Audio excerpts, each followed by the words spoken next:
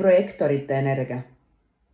Ja nagu sa näed, siis projektorite energia alla kuulub enamus kõri aktivatsioonidest. Kõik, mis ühendab kõri mõistusega, kõik, mis ühendab kõri põrnaga ja kõik, mis ühendab kõri identiteedikeskusega. Ma olen selle loetelu sulle ka siia pannud, on ju. Ja nüüd selleks, et kogu see magic siin saaks vastu võetud, et sellest oleks kasu, peab see olema kutsutud ja küsitud. Kui sa lähed nüüd mis tahes neid juhendavaid kvaliteete peale suruma kellelegi, siis see kuld ei saa vastu võetud.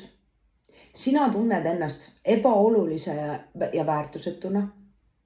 Ja teisel inimesel ei ole ka mingit kasu. Piltlikult öeldes sa lähed teist loopima kuldmunadega.